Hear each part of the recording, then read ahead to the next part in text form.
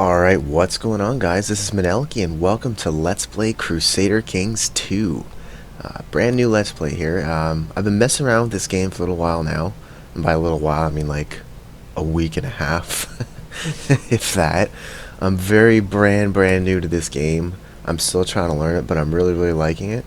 It's really interesting and unique. So basically what it is, it's one of those grand strategy games, which is, you know, a strategy game but on a huge scale. As you can see, you know, this is the map, and I mean, we've got, you know, Europe and Asia and the Middle East, and yeah, the scope of this game is colossal. So what's the point of the game? Well, like I said, it's a grand strategy game, so really you can, if you want, you can conquer the world, or you can, you know, set whatever goal you want for yourself. In this playthrough, what I'm going to do, my goal for this is going to be the unification of Ireland. That's this island right here. Any goal loftier than that, and this Let's Play would go on for like 400 episodes. I'm not exaggerating. This game is just massive. So, and it doesn't work exactly like a lot of other strategy games you might think of. It's more than simply conquer, because there's a few basic systems I'll have to sort of explain as I go. Now, this is not meant to be a tutorial by any stretch, because like I said, I'm brand new to the game. I'm still trying to learn how it works. I'm still confused by it. But that's part of the appeal to me. I don't know, maybe I'm just weird, but I like a game that is complicated and deep enough to confuse the crap out of me. I don't know, maybe I'm just weird, but I just like always having something new to learn, and I feel like there's so much to this game that you'll never learn it all. I mean, I'm sure somebody out there has learned it all. There's some pretty good players out there, but this game is just monstrously complex. Now, I'm playing with most of the DLC, not all of the DLC. I don't have the latest expansion, Conclave, because it wasn't on sale. That's it. It wasn't on sale. And I've heard, you know, mixed reviews on it. It does a lot of things that a lot of people aren't super happy about. So that's fine. And I'm not using the DLC called Sunset Invasion because I don't want that to mess with this, our precious little start here. So I'm starting as an Irish count. And this is my territory here. It's Deesmuhumhain, and my count is Earl Muradak. Wow, of Deesmuhumhain. I'm sorry, I'm not even going to try and pronounce that. So I'll just call it my county or whatever. And this is Ireland, and my goal is just going to be to try and take it over and unify it. So right now, we're starting, and the year is 1066. We're starting at the 15th of September, of course. Now, right now, as you can see, Ireland is divided up into all these little territories, and it is it's not united. It's a bunch of clans, basically. So our goal is to unite it. Well, at least that's the goal I'm setting for myself right now. Now, the main difference, now, like I said, this isn't meant to be a tutorial, but there are certain concepts I'm going to have to explain. Otherwise, this Let's Play is going to be meaningless. So, this game is very much about families. And like, yes, there's war and conquest, just like any other strategy game. But family is a very essential part of this game. So, if you see here, as this is my character, this is Earl Murdak or whatever. This is my family, MacCarthag. So if I click that, you can look at my family tree. And it's like, well, why do we care about a family tree? It's like, well, this is actually very important, because conquest isn't the only way to acquire territory in this game. You can acquire it through marriage, like intrigue. You can spy and backstab people and murder them, and it's all about like lines of succession. So let's click on somebody else's territory here. This is a duke. He's a higher rank guy than me. This is the county of yeah, not gonna try it. But as you can see, if I hover over there, you can see line of succession. Brian MacMurchad Brian is next in line to inherit this title. So if I could arrange for one of my people to get in line, you know, through marriage, and they can have kids, and then that kid inherits the title, you know, that becomes part of my realm. Or, you know, they might inherit a claim, and then I can press the claim on their behalf. Or alternatively, I could fabricate a claim and simply make a BS claim and just invade it for myself, you know. So it's a very sort of intricate game you play. Lots of politics. There's a lot of politics in this game, not just war, which is really cool. And so yeah, it's definitely a different flavor. Also, there's a very important concept called de jure. I don't know how that's actually pronounced. De jure, de jure, de jure. I have no idea. I'm gonna go with de jure. That's what all the other Let's Players seem to be going with, so we're gonna go with de jure. Now, what that means is there's two states of any given piece of territory on the map. There's the de facto state and the de jure state, like in terms of who owns it, basically. So, right now, I'll just go to a different mode. I mean, as pretty as the terrain map mode is, it's not super descriptive or helpful. I mean, yeah, it gives us, okay, look, there's trees there, so it's a forest. But let's go into realms mode so you can just see, this is my realm, whatever. And as you can see, this is a new realm. I'm an independent ruler here. I don't have a king. It's all about lieges and vassals and stuff. So as you can see here, this is me. This is my heir. I'm unmarried, so my wife thing is empty, and there is no king here, which means I'm independent. I don't answer to anybody. I don't have a liege. I am the liege. So if I click on my heir, this is my son tag, and I am his liege. I'm his king. Well, I'm not a king, but I am his liege, essentially. But as you can see, I have no liege. I'm independent. And then there's another realm here. It's owned by this guy, King Murchad of Mumu. He's not an actual king. It's just that the different cultures in the game have different names for their different ranks. So the ranking system, as you can see here, if you look at my character, I have a silver border, a thin silver border. That means I'm a count, which means I own a county. And every one of these territories that I'm clicking on, the smallest territory, like everything you can click on, these are all counties. Alright, these are counties. Now if you look at this realm here, it has more than one county. That's called a duchy. A duchy is made up of more than one county, and it's owned by a duke. And as you can see, this guy's portrait, it's still silver, but it's thicker than mine. It's got gems in it and stuff. That means he's a duke. If you look at these ribbons here, they're purple. That just means feudal, which is a government type. And as you can see, I'm also feudal.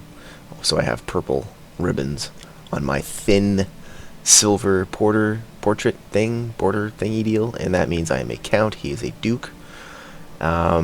Several duchies can form a kingdom, which is ruled, of course, by a king, like this. Gold means king. And then, of course, several kingdoms can form an empire, which is ruled by an emperor, which is gold with purple gems in it, and it's much more impressive looking. So that's sort of how that works. Now, like I was sorry to distract there, but a little aside, I was talking about de jure versus de facto. So de facto is who owns it now, and de jure is who should own it by rights. And by rights I mean like in terms of de jure territory or just historically, but it has to do with this thing called de jure territory. So it's like, as you can see, this is my realm here, whatever, and this duke here, he owns these two territories. But if we go into de jure duchies mode and we zoom out a little bit, you can see that actually these three territories make up the duchy of Mumu, the de jure duchy. So this should be part of his land. See, this duke, King Murchad of Mumu.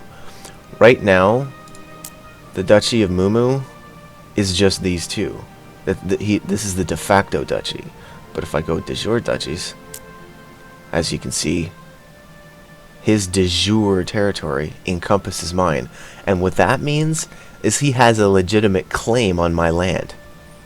He has a right to attack me. If he wanted to, he could attack me to claim his de jure territory and unite his duchy of Mumu. So if we click on him, you should see claims. Oh, he doesn't have a claim. I'm not sure why that is actually, but I am in his de jure territory, so by rights he could attack me. And that's part of the reason, like one of the ways you can expand is by conquering your de jure territory and going after claims that way. And it works the same way for kingdoms. Like if we go de jure kingdoms, you can see this is the de jure kingdom of Ireland, of course, but nobody owns it because there's no king. Everything's divided.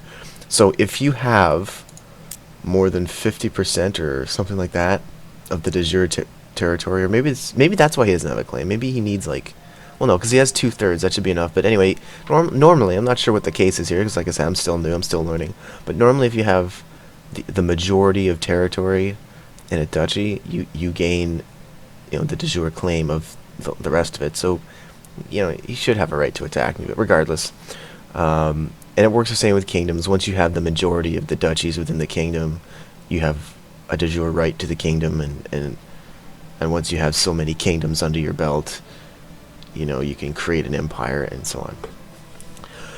So, all that rambling aside, basically, we have some alerts here letting us know of various things we need to deal with.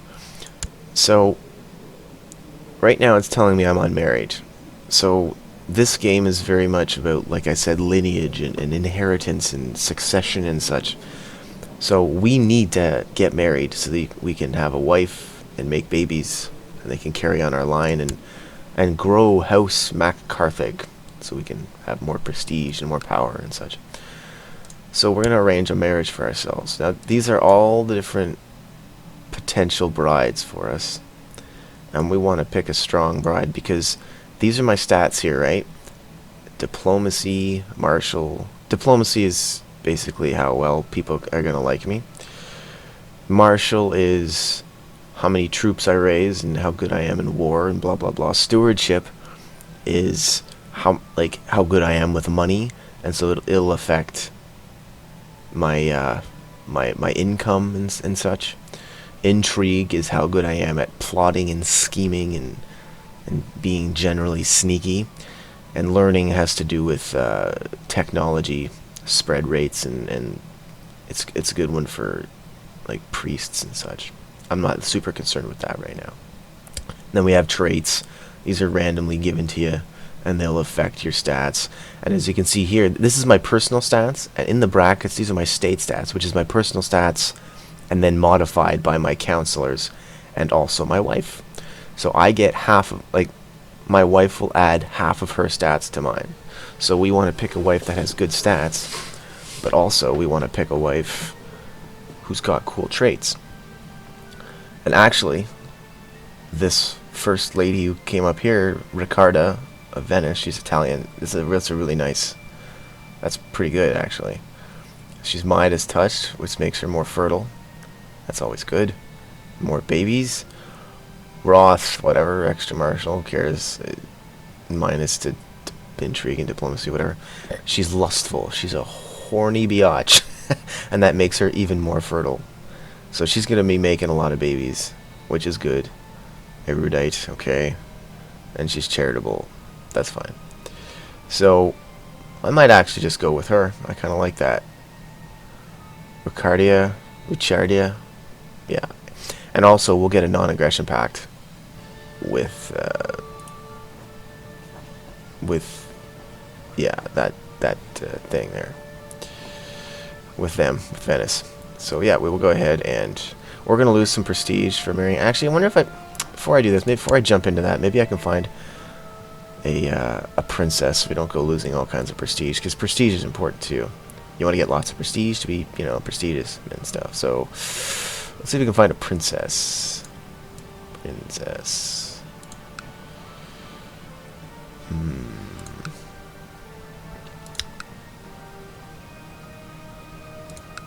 maybe a princess with good stats. I mean, it's not the end of the world if we lose prestige. Actually, maybe we're not prestigious even to marry a princess. Okay, well, let's just go with Ricciardia or Riccardia or whatever her name is. Yeah, I'm going to lose a lot of prestige for that. That's okay, though. We don't need it. Well, we do, but we're not worried about it. So, now I need to pick an ambition, and we should pick the ambition to get married because I'll gain some piety immediately. Unmarried heir. My heir is also unmarried, which is also bad. So he has good stewardship. So we need to find him good diplomacy and martial, which I'm thinking I'm leaning towards this lady here.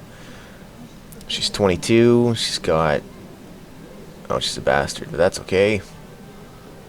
She's good. She'd be good in a fight. She's got combat modifiers, brilliant strategist, unyielding. I've never put a female character as a commander in a battle before. I didn't know they could do that. But, okay, humble, alright. We could go for some better traits, because when you have kids, your kids are likely to inherit good traits. This is a bad trait, and the heart means it's congenital, which means the kids could get it. Well, there's no real congenital traits here, so that's fine. We'll just go with this person here. That's pretty decent. And maybe I'll use her in a fight. I didn't know I could do that. Alright. There we go. Now I'm going to pick a focus. This is new with one of the new DLCs. I'm not super familiar with it. So what do we got here? We need martial in the worst way right now. So let's go for war. Or should we go for fertility? Make even more babies. That'd be great for alliances, but we're gonna go with oh, there's no feudal vassal opinion. I suppose that will be overpowered. Yeah. Yeah, there's no feudal vassal opinion. That would be insanely over. Okay, we're gonna go with war because we need more martial skill.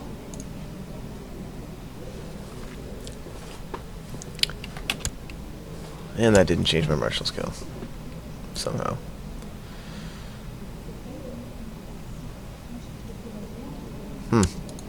That's unfortunate. Alright, so we're going to tickle away a little bit of time waiting for the bride to marry us here. There we go. So, we could gain a bit of gold because of the marriage, or we could gain some prestige. We're going to go with prestige. We want to get that prestige up. I mean, yeah, gold's important too. This is our holding here, Deshumane or whatever, and we could upgrade it, but we don't have enough money to really do anything. Technology. We have some technology, but not enough to do anything yet. Alright, so let's look at our claims. We have no claims. So we have no reason. We can't claim anything. So let's look at our diplomatic relations. See, green means friendly, or us. Gray means neutral, and yellow would mean I have a right to attack them. So right now, I don't have a right to attack anybody. So, what we need to do, unfortunately, the first thing we need to do is fabricate a claim. And we do that by having this guy fabricate a claim on that. Now, we have another small problem. We have 1.14 thousand, so like 1,100 troops, more or less. This guy probably has more. Yeah, he has a little bit more. And he would call in this guy who has more. So, we would have a very hard time in this war, so we're probably going to need some allies. So I'm going to marry off somebody if I have a daughter. Oh, maybe I'll just marry my son Cormac off. Yeah. We can arrange a betrothal. We'll arrange a marriage with one of these guys here, with this duke. Yeah, Kanak. If we can get in with him, that'd be really great. Maybe we'll do that actually, because we need an alliance and fast, so we can. If we manage to get this claim fabricated. Oh yeah, we need prestige, by the way, to use that claim. So maybe we'll do that. Actually, that'd be really unfortunate if I got that before. Yeah, so actually, that being said, I'm gonna stop doing that. But I don't think I can. You can't recall him till 6 months from now. Okay, so we're gonna have him train troops so I can get a slightly larger levy and better reinforcement rates. And this guy here, we're not building anything yet. I sure would like to, though. We'll have him collect taxes. Spy Master, yeah, he can just scheme in the capital just to make sure I don't get killed. And this guy is gonna improve religious relations with the Pope, because you don't want the Pope hating you, because he can do all kinds of nasty stuff to you. So, unmarried heir. Did I not set up a... There we go. Fulfilled my ambition to get married.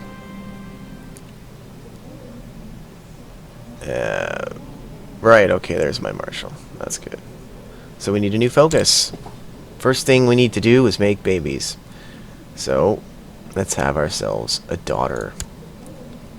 Now, this doesn't guarantee I'm going to have a daughter. It just makes it slightly more likely. It gives me some fertility and such. And my heir is still unmarried. I feel like I already set that up for you. There we go. There it is. Great. Now he's married to her. Cool. So, with that said, we are now set to begin our conquest. And that's actually going to be a pretty good spot to call it. So, yeah, I hope you enjoyed this somewhat uneventful video. We will certainly pick it up in the next one. So, as always, thank you so much for watching, and we'll see you next time.